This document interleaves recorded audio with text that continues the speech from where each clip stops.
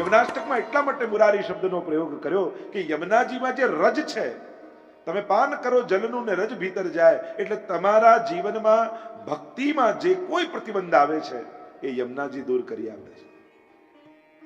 જ્યારે પણ તમને એમ લાગતું હોય કે મારે ભક્તિ કરવી છે, સેવા કરવી છે, સ્મરણ કરવા છે, પણ જીવનમાં ઘણા પ્રતિબંધ છે, બને તો યમનાષ્ટકનો પાઠ કરો. નિત્ય યમુનાજીના પાન કરજો. કૃપા કરશે ઠાકોરજી, કૃપા કરશે શ્રી યમુનાજી, ભક્તિમાં આવતા સઘળા પ્રતિબંધો દૂર થઈ જશે. કારણ કે આપણે ભક્તિ કરવા નીકળ્યા, આપણે સારું કરવા નીકળ્યા, એનો અર્થ એવો જરાય થતો નથી કે આપણને દુનિયામાં બધા સારા જ મળશે. એક વસ્તુ યાદ રાખો, સારા માણસો ન ગોતો, માણસમાં સારાઈ ગોતો. સારા માણસ ગોતવા જશો તો એકલા રહી જશો, પણ માણસમાં સારાઈ ગોતવાની વૃત્તિ હશે ને તો તમને દરેકની અંદર કોઈ ને કોઈ સારાઈ દેખાશે, કોઈને કોઈ ગુણ દેખાશે. ગુણ દર્શન દ્રષ્ટિ બહુ દુર્લભ છે. પ્રશંસા કરી દેવી સરળ છે, પણ તમે પ્રશંસા સાચા અર્થમાં ગુણ જોઈને કરો છો. કારણ કે ગુણ જોઈને તમે પ્રેરિત થાઓ છો. જે જોઈને આપણે પ્રેરિત થઈએ એને કહેવાય ગુણ દર્શન. એટલે વૈષ્ણવતાને એક શબ્દમાં, એક વાક્યમાં સમજાવું તો ન ભાવે એને પણ નિભાવે, એનું નામ વૈષ્ણવ. ન ગમતા લોકો જોડે પણ ઉત્તમ રીતે જે રહી શકે એ વૈષ્ણવ છે. એટલે જીવનનો મોટા ભાગનો હિસ્સો તો ન ગમતા લોકોની વચ્ચે જ માણસે કાઢવાનો હોય છે. ગમતા લોકો જોડે તો જીવનનો બહુ નાનો ભાગ આપણે કાઢતા હોઈએ છીએ. અને એટલા માટે વિપરીત વિચારવાળા લોકો સાથે જો આનંદમાં રહેતા ન શીખ્યા ને તો જિંદગીનો મોટા ભાગનો હિસ્સો દુઃખી થઈને જશે. અહીંયા 16,000 કન્યાઓને પ્રભુએ મુક્ત કરી છે, ભવાસુને મારીને કહ્યું કે તમે તમારા ઘરે જાઓ. બે હાથ જોડીને બધા જ વિનંતી કરવા લાગ્યા, પ્રભુ આ સમાજને આપ ઓળખો છો. આ સમાજ પોતાની મોટામાં મોટી ભૂલોને જાતે ક્ષમા માંગ કરી લે છે, પણ બીજાની નાની ભૂલને પણ ક્ષમા નથી કરતો. અરે એક રાત્રિ ક્યાંક રહી જાય કન્યા તોય ગામના લોકો વાત કરે, અમે તો આટલા સમયથી આ અસુરની કેદમાં છીએ, આપ અમને ઘરે મોકલશો, આજ આપ અમને અમારા રાજ્યમાં મોકલશો તો સમાજ અમારો સ્વીકાર નહીં કરે, અમારી નિંદા કરશે, અમને જીવવા નહીં દે શાંતિથી. પ્રભુ આપ અમારો સ્વીકાર કરો. 16,000 કન્યાઓએ વિનંતી કરી છે, પ્રભુ અમને મોકલશો તો અમારું અહિત થઈ જશે, આપ અમારો સ્વીકાર કરો. અને ત્યારે પ્રભુ ઈચ્છે તો બધાને દાસી બનાવીને રાખી શકે, પણ પ્રભુએ એક જ મુહૂર્તમાં 16,000 રૂપ ધારણ કરી અને એક જ મુહૂર્તમાં બધા સાથે વિવાહ કર્યા છે. અને દરેકને રાણીનું પદ આપ્યું છે, સન્માન આપ્યું છે, પણ એક જ મુહૂર્તમાં 16,000 રૂપ ધારણ કર્યા છે. આ ભગવાનની લીલા છે, આ માણસની વાત નથી. મનુષ્યો ઘણીવાર ભગવાનને લઈને, એમની લીલાઓને લઈને અનેક પ્રકારની તર્ક વિતર્ક કુતર્ક કરતા હોય, પણ કથા ભગવાન રૂપે ગવાઈ છે, મનુષ્ય રૂપે નથી ગવાઈ. પંચાધ્યાયી પણ શરૂ કર્યું તો ભગવાન પીતા રાત્રિ, આ ભગવાનના ધર્મો છે. બધાને માન આપ્યા છે, સન્માન આપ્યા છે. આગળ ઉષા અનિરુદ્ધની વિવાહની કથા આવી, નગરાજાની કથા આવી. આ નગરાજા એટલા મોટા દાતા દાની હતા, કહેવાય છે કે વર્ષાની જેટલી બૂંદો હોય એટલી ગાયોના દાન કરેલા. કાચિંડો બનીને કુવામાં પડ્યા છે. યાદવો સાથે પ્રભુ પધાર્યા છે, ઉદ્ધાર થયો છે. પોતાના જન્મની કથા કઈ, પૂર્વજન્મની, કે હું નગરાજા હતો, કેટલીક ગાયોના દાન મેં બ્રાહ્મણને કર્યા, અને જે કર્યું હતું દાન એમાંથી એક ગાય પાછી મારી ગૌશાળામાં આવી ગઈ, અને એ જ ગાય બીજા દિવસે બીજા બ્રાહ્મણને દાનમાં આપી દીધી. બંને બ્રાહ્મણમાં એવો ઝઘડો થયો કે શ્રાપ રાજાને લાગ્યો અને કાચિંડો બનીને કુવામાં પડ્યા છે. અને એટલા માટે દાન માટે પણ આપણે ત્યાં વિચાર કર્યો છે, શ્રદ્ધયાદેયમ અશ્રદ્ધયાદેયમ શ્રિયાદેયમ રિયાદેયમ ભિયાદેયમ સંવિદાદેયમ. ઉપનિષદ દાનના પ્રકાર બતાવે છે. દાન, ભોગ અને નાશ, આ 3 જ ગતિ છે ધનની. કાં દાન આપો, કાં ભોગવી લો, અને કાં નાશ થઈ જશે. કર્મના સિદ્ધાંતમાં તમે વાપરી ગયા એના માટે લખ્યું છે, પણ તમે મૂકી ગયા એ કર્મના સિદ્ધાંતમાં નથી લખ્યું. કારણ કે તમે જે મૂકીને જાઓ છો એ તમારું હતું જ નહીં, એમ શાસ્ત્ર કહે. એ તો જેને મળ્યું એના જ નસીબનું હતું, ખાલી તમે મહેનત કરીને એના માટે ભેગું કરી આપ્યું. તમે જે ખર્ચ્યું એ તમારું, તારું કશું ન હોય તો છોડીને આવતું, અને તારું બધું જ હોય તો છોડી બતાવતું. વાપરો એટલું તમારું. અને એટલા માટે સત્કર્મો કરવા હોય તો મારા ગયા પછી ને ગયા પછી આમ કરજે, ગયા પછી આમ કરજે, એના કરતા પોતાના હાથે કરીને જાઓ. તમારા જાતે જે કરી જશો એ તમારા ભાગ્યમાં લખાઈ જશે. મૂકી ગયા અને જેના હાથે થયું એ એનું. શાસ્ત્રોમાં એના વિશે કાંઈ નથી. તમે ભલે એમ વિચાર કરો કે મારી એફડી પાકે, પણ એને પહેલા તો તમે પાકી ગયા છો. અને એટલા માટે ત્રણ જ ગતિ છે. શાસ્ત્ર તો એમ કહે કે જે ભેગું કર્યું બધું મૂકીને લઈ જવાનો કોઈ રસ્તો નથી. મારી પાસે છે રસ્તો. તમે અહીંયા જે સુખ ભેગું કર્યું, તમે ઈચ્છો છો કે આવતા જન્મમાં બધું સુખ પાછું મળે? આ તો શું લઈ જવાનો રસ્તો નથી ને? બધા છોકરા ઉપર કરે, તમારા માટે આટલું આટલું મૂકીને જઈશ, તો છોકરા કે લઈ જાઓ ને ભેગું, અમે ક્યાં ના પાડીએ? રસ્તો છે નહીં. એટલે આપણે ઉપકાર રૂપે ખપાવીને જઈએ. તમે કાંઈ નહીં કરો તો ચાલશે, કોઈના કરવાથી એના ભાગ્યમાં હશે જ એને મળવાનું છે. પણ અહીંયા બધું જ ભેગું કરેલું સુખ આવતા જન્મમાં લઈ જવું હોય તો મારી પાસે રસ્તો છે. અને રસ્તો એક જ છે. જેમ તમે અહીંયાથી અમેરિકા જાઓ તો આપણા રૂપિયા ચાલતા નથી, ડોલરમાં કન્વર્ટ કરો છો ને, પછી ચાલે છે. એમ આ જન્મમાં મળેલા સુખને જો પુણ્યમાં કન્વર્ટ કરી દેશો તો આવતા જન્મમાં એ સુખ મળ્યા કરશે. આ એક જ રસ્તો છે. તમારું આ જન્મમાં ભેગા કરેલું સુખ જો તમારે પાછું જોઈતું હોય તો તમારા હાથે તમારા સુખને પુણ્યમાં કન્વર્ટ કરીને જાઓ.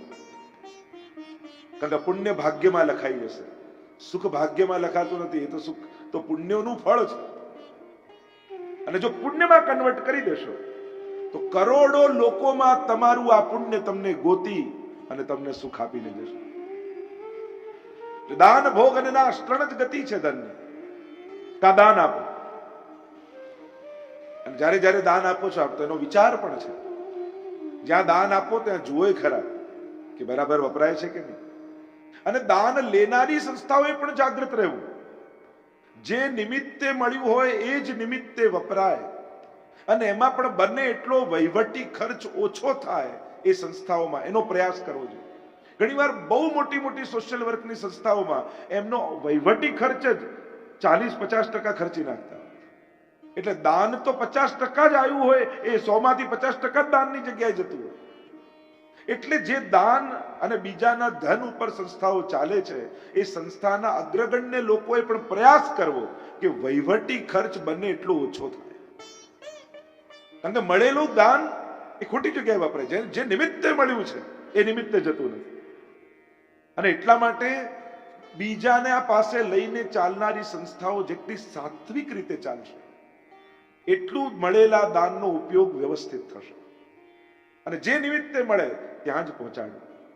તમે પણ જ્યારે આપ્યું છે કદાચ સીધું જોતા નથી ક્યાં ગયું, પણ જેને પહોંચ્યું એની દુઆ તો તમારા સુધી પહોંચી જ જાય છે. એક ટ્રેનમાં જતા હતા, એક વ્યક્તિને એક અંદર ફકીર ઉભા હતા સ્ટેશનની બહાર, અને બારી પાસે બેઠા ને કે કંઈક આપો ને. એટલે ઉપર બર્થમાં સૂતો તો એને 100 રૂપિયા આપ્યા ને કહ્યું કે આપી દો. બારીવાળાએ આપ્યા, પેલો આશીર્વાદ આપવા લાગ્યો, ખૂબ સુખી થા, ધનવાન થા, બાળકો સુખી થાય, આમ ખૂબ આશીર્વાદ આપ્યા. એટલે બારીવાળાએ કહ્યું મેં નથી આપ્યું, આ ઉપરવાળાએ આપ્યું. ફકીરે કહ્યું હું આંધળો છું, મારા આશીર્વાદ આંધળા નથી, એ તો જેણે આપ્યું છે ત્યાં સુધી પહોંચી જ જવાનું છે. એટલે તમારા દ્વારા જ્યાં જેને સુખ મળ્યું છે અને એના હૃદયમાં આવેલી હાસ, એના હૃદયમાંથી નીકળેલી દુઆ એ દાતા સુધી પહોંચી જ જાય છે. એ રસ્તો ગોતી જ લે છે. પણ દાનનો પણ વિવેક છે. ક્યાં કઈ રીતે આપવું જોવું. આપણા દાનથી કોઈ દુરુપયોગ તો નથી કરતું. અને સંસ્થાઓએ પણ, અને હું તો એમ માનું સંસ્થા સારી રીતે ચલાવવી હોય, પૈસા વધારે ન આવે વાંધો નહીં, પણ સારા વ્યક્તિઓ સંસ્થામાંથી જતા રહે ને એ સંસ્થાનું વધારે મોટું નુકસાન છે. સારા વ્યક્તિઓ જે દિવસે સંસ્થા છોડી દે છે પછી ગમે તેટલું ધન આવે પછી સદુપયોગ નથી થતો. અને સારા વ્યક્તિઓએ પણ બને તો સત્કર્મો મૂકવા નહીં. કોઈ નાદાન વ્યક્તિના કહેવાથી પોતાના હાથમાં આવેલા પુણ્યો છોડી નહીં દેવા. કોઈ ગામમાં એક બોલી ગયો આ ભાઈ તો આમ કરે, બસ હવે તો મારે કંઈ કરવું નથી ને હવે તો મૂકી દઉં છું ને હવે મારાથી નહીં થાય. કોઈ નાદાન વ્યક્તિના કહેવાથી આપણે આપણા સત્કર્મો શા માટે મૂકીએ? કેટલા પુણ્યો પછી આપણા હાથે સત્કર્મો થતા હોય છે. અને એટલા માટે કલિયુગમાં દાનની વિશેષતા છે, મહત્તા છે. ધર્મનું એક ચરણ છે દાન. 4 ચરણ જે બતાવવામાં આવ્યા એમાં દાનને એક ચરણ કહ્યું છે. પણ એને કઈ રીતે આપવું એનો વિચાર, અને લેનારે વધારે વિચારવું કે જો હું યોગ્ય રીતે ઉપયોગ નહીં કરું તો આનું ઋણ મારા માથે ચડશે, આ મારે ચૂકવવું પડશે. એને આપ્યું છે કોઈ નિમિત્ત માટે અને ત્યાં સુધી નહીં પહોંચાડું એ જવાબદારી મારી છે. એટલે લેનારે તો વધારે સાવધાન રહેવું. આવતું હોય બધાને ગમે, પણ પછી આવેલું ક્યાંક ને ક્યાંક ફૂટી નીકળતું હોય છે. એટલા માટે વધારે સાવધાન રહેવું, એના માટે જાગૃત રહેવું. કારણ કે પેલો તો આપીને છૂટી ગયો, લેનારો બંધાઈ જાય છે. અને એટલા માટે લેનારાએ વધારે જાગૃત થવાની જરૂર છે. આપણે ત્યાં એટલે જ સર્પ અને અજગર ને કીડીનો ગેવરવનનો પ્રસંગ આવે છે ને, કે બધી કીડી અજગરને ખાતી હતી. પૂછું મહાપ્રભુજીને કે આ શું છે? તો કે આને આ શિષ્યોનું દાન લીધું પણ એમના કલ્યાણનો વિચાર ન કર્યો, એટલે અજગર થયો ને આ કીડીઓ થઈને આને ખાઈ રહ્યા છે. અને એટલા માટે ધનની 3 ગતિ બતાવી. દौलत की 2 लात है, दौलत कहिए 2 लात. तुलसी निश्चय कीन आवत अंध करत है और जात करे अधीन. આવે ત્યારે આંધળો કરે, જાય ત્યારે આધીન બનાવી દે. અને એટલા માટે આવું જ સુખ બન્યું રહે એના માટે માણસે સત્કર્મો કરતા રહેવા. દોનો હાથ ઉલેચીએ યહી શયાનો કામ. ઠાકોરજીએ આપ્યું છે તો માનજો પ્રભુ ઈચ્છે છે કે મારા હાથે પુણ્યો થાય. પ્રભુએ મને સત્કર્મ કરવાનો એક અવસર આપ્યો છે. અને એટલા માટે મળેલા સાધનો મારા સત્કર્મો માટે ભગવાને આપ્યા છે. અને જે સારા કામે ખર્ચે એનું ક્યારેય ખૂટતું નથી. ઠાકોરજી પૂરું કરે જ છે. અને એટલા માટે દાન આપવાથી ચિત્તમાં આનંદ આવે છે.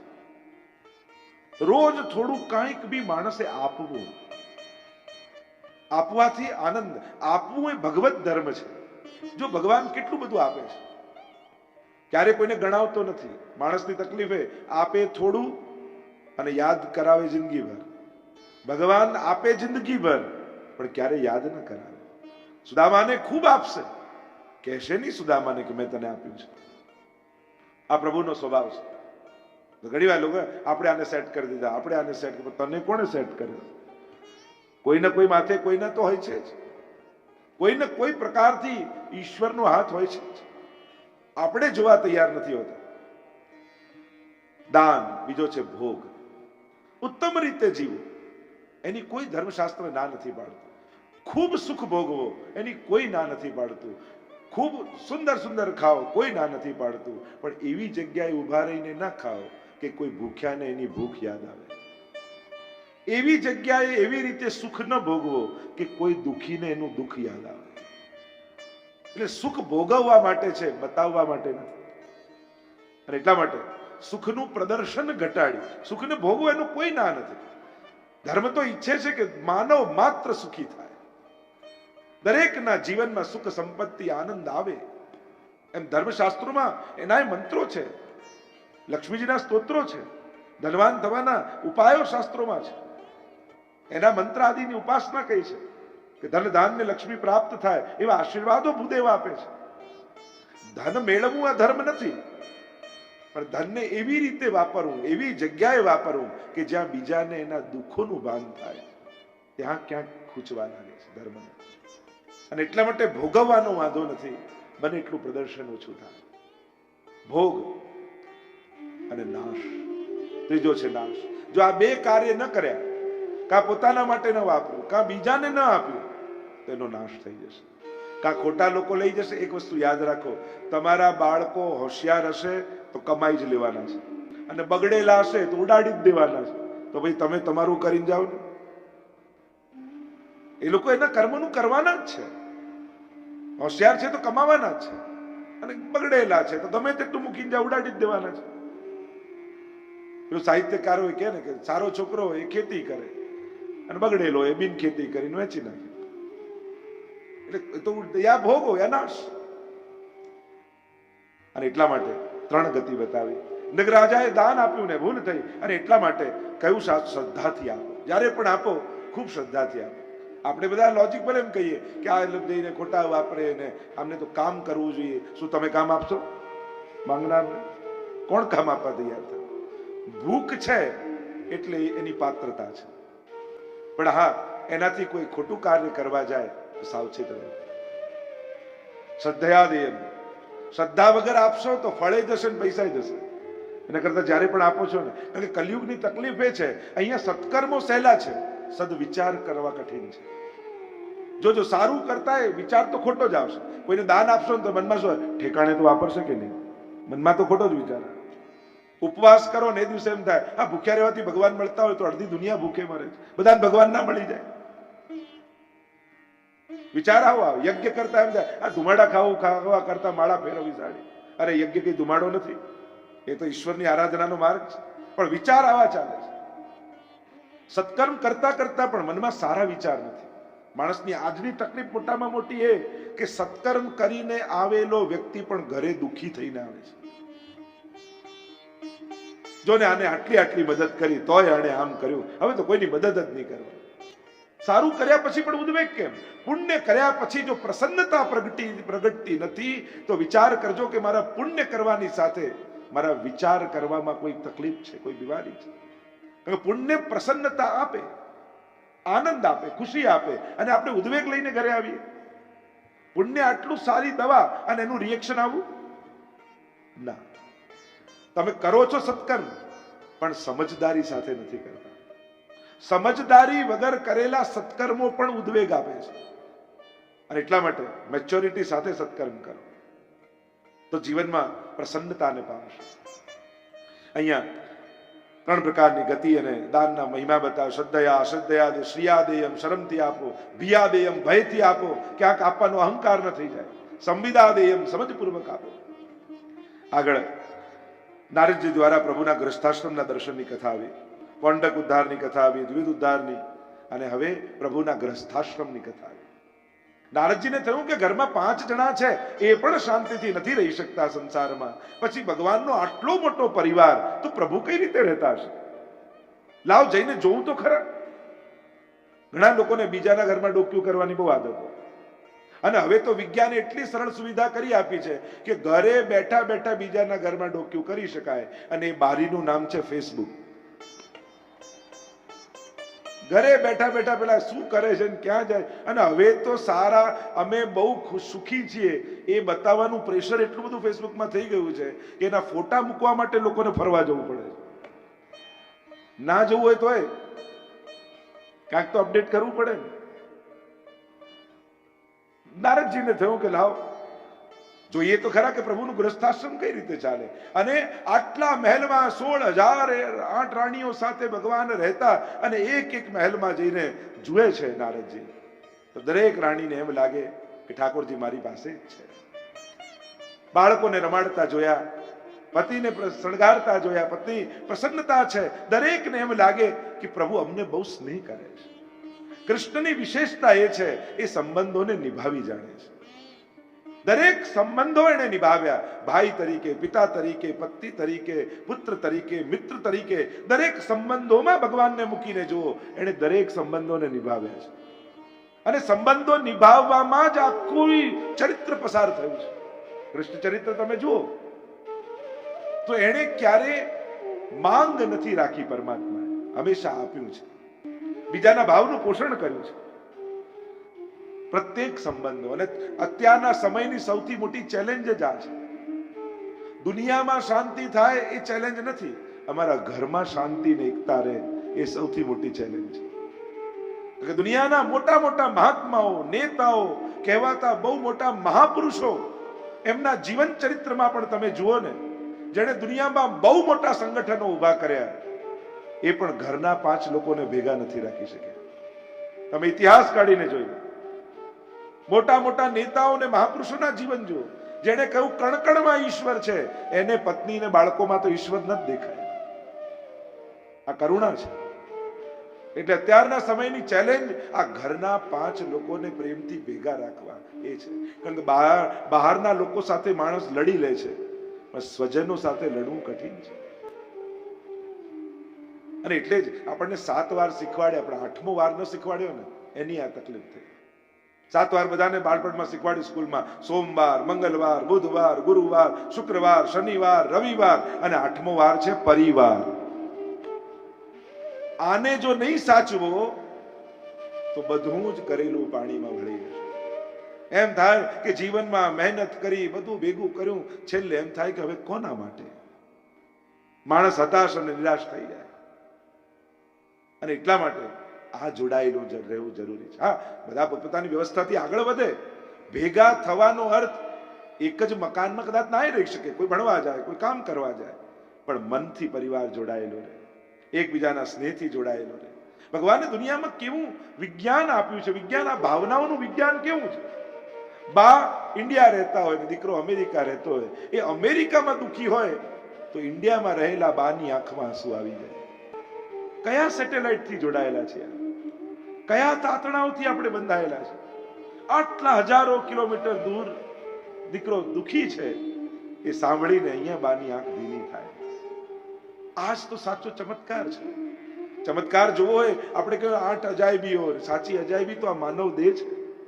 ક્યારેક ચહેરાને દર્પણ સામે જોઈને જુઓ, આ સાચી અજાયબી આ છે. કેવી આંખ ભગવાને આપી, કેવા કાન આપ્યા છે, કેવો દેહ, કેવું શરીર, કેવું જીવન પરમાત્માએ આપ્યું છે. આવું કોણ રચી શકે છે? ગ્રસ્તાશ્રમના દર્શન કરવા નારદજી આવ્યા અને જોયું પ્રભુ બધાને આનંદમાં રાખે છે. અને એટલા માટે ઘરમાં પણ ભગવાન નિમિત્તે પણ ક્લેશ ન થવો જોઈએ. જે ઘરમાં બહુ ક્લેશ હોય ત્યાં ઠાકોરજીને રહેવું ગમતું નથી. બને એટલા સંઘર્ષો ટાળો, ઓછા કરો, એકબીજાને સમજવાની કોશિશ કરો. કારણ કે અનુકૂળતા સંસારમાં હશે તો ભગવાનમાં મન વધારે લાગશે. પણ જે સંસાર બગાડીને બેઠો છે એનું મન ભગવાનમાં લાગતું નથી. અનાસક્તિ જુદી વસ્તુ છે અને બગાડવું જુદી વસ્તુ છે. અનાસક્ત થવાનો અર્થ એ નથી થતો કે બધા જોડે સંબંધો તોડીને બેસી જઈએ, કે હવે મારે કોઈની પડી નથી, જેનું જે થવું એ થાય. વૈષ્ણવ નિષ્ઠુર ન હોય, નિર્મોહી હોય, પણ નિષ્ઠુર ન હોય. બંનેમાં ફરક છે. નિષ્ઠુર બનવું અને નિર્મોહી બનવું. જેનું જે થવું હોય મારે શું, આ તો નિષ્ઠુરતા કહેવાય. વૈષ્ણવ તો વધારે લાગણી વાળો હોય. અજાણ્યાના પણ દર્દને ન જોઈ શકે એવો વૈષ્ણવ હોય તો સ્વજનોના દુઃખને કેમ જોઈ શકે? જે સેવા કરતો હોય તો કેટલો ઇમોશનલ હોય. જે એક પાષાણમાં સાક્ષાત પરમેશ્વરનો અનુભવ કરી શકે એટલો ઇમોશનલ વ્યક્તિ જીતા જાગતા માણસમાં પરમાત્મા ન જોઈ શકે, આવો તો ન હોઈ શકે. આંગળી કરે પ્રહલાદ અને થાંભલામાં કઈ નરસિંહ ભગવાન સંતાઈને નથી બેઠા, પણ પ્રહલાદની શ્રદ્ધા એમાંથી ભગવાનને પ્રગટાવે છે. આવો શ્રદ્ધાવાન માણસ તો કેમ ન થઈ શકે? ગ્રસ્તાશ્રમના દર્શન કર્યા છે. પ્રભુ અમારા એક આદર્શ ગ્રસ્થાશ્રમી છે. શ્રેષ્ઠ આશ્રમ ગ્રસ્થાશ્રમ છે. અને એટલા માટે તમે ગ્રહસ્થ છો એટલે પોતાની જાતને સંન્યાસી કરતા જરાય નબળા ન માનતા. સંન્યાસના ધર્મો છે, ગ્રહસ્થાશ્રમીના ગ્રહસ્થાશ્રમના ધર્મો છે. અને તમે જે નિભાવી રહ્યા છો એ ગ્રહસ્થાશ્રમના શ્રેષ્ઠ ધર્મો નિભાવી રહ્યા છો. દર્શન કર્યા છે. આગળ જરાસંઘ ઉદ્ધારની કથા આવી છે. રાજસુ યજ્ઞ કરવો છે યુધિષ્ઠિર મહારાજને, છેલ્લે જીતવાનો જરાસંઘને રહી ગયો છે. પ્રભુને લઈને ગયા છે. યુદ્ધની પ્રસિદ્ધ કથા છે અને ચીર્યો છે ભગવાનના ઈશારા પ્રમાણે. અને અહીંયા રાજસુ યજ્ઞની તૈયારીઓ કરી છે. પાંડવો રાજસુ યજ્ઞ કરવા માટે તત્પર બન્યા, પણ યજ્ઞની શરૂઆત અગ્ર પૂજા કોની કરવી? સર્વાનું મતે નક્કી થયું કે અગ્ર પૂજા કૃષ્ણની થવી જોઈએ. અને પુષ્ટિ માર્ગનો તો સિદ્ધાંત જ છે, જીવનમાં કોઈ પણ લૌકિક અલૌકિક પ્રસંગ આવે સૌથી પહેલા ઠાકોરજીને યાદ કરે. બાળકનો જન્મદિવસ આવ્યો પહેલા નંદ મહોત્સવ ઠાકોરજીના પલના કરો. લગ્નનો દિવસ આવ્યો ઠાકોરજીનો વિવાહ ખેલનો મનોરથ કરો. આપણે ત્યાં તો હરિગુરુ વૈષ્ણવ અને આ ત્રણેય દ્વારા આપણા મંગલ પ્રસંગને મંગલ બનાવતા હોઈએ. કોઈ પણ સારો પ્રસંગ આવે એક કાર્ય જરૂર કરજો, કોઈ એક વૈષ્ણવને પણ પ્રસાદ જરૂર લેવડાવો, કણિકા પણ લેવડાવો. ઠાકોરજીને આરોગાવું અને એની કણિકા વૈષ્ણવને લેવડાવો. આ ઉત્સવ મનાવવાની પ્રક્રિયા છે. અને એટલા માટે અગ્ર પૂજા પ્રભુની સૌથી પહેલા ઠાકોરજીને યાદ કરાય. તમારા જીવનમાં કોઈ પણ સુખ આવે, જો વૈષ્ણવની ચતુરાઈ શું છે, જીવનમાં આવેલા સુખને આનંદમાં પરિવર્તિત કરતા એને આવડે છે. ભાગ્યથી સુખ આવે છે અને સમજથી સુખને આનંદમાં કન્વર્ટ કરી શકાય છે. કારણ કે તમે સત્કર્મો કર્યા, પુણ્યો કર્યા, એનાથી સુખ આવ્યું. પણ તમારી વૈષ્ણવતા, તમારી સમજદારી એ છે મળેલા સુખને સત્કાર્યોમાં ખર્ચી તમે એને આનંદમાં કન્વર્ટ કરી લો. સેવામાં ખર્ચી, ઠાકોરજીમાં ખર્ચી, એને આનંદમાં કન્વર્ટ કરીને.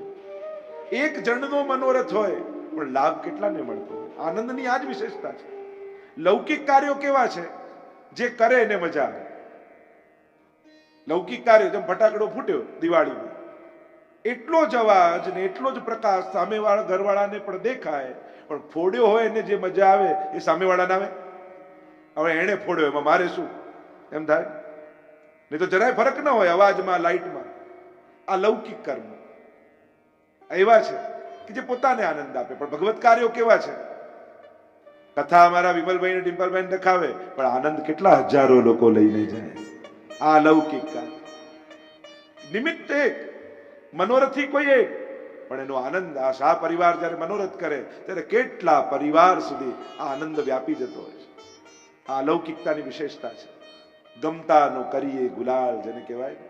અને આ તો આપણી વૈષ્ણવી વૃત્તિ, મળેલું એને વાંટવાની વૃત્તિ, અને વાંટીને આનંદ માણીને જોઈએ.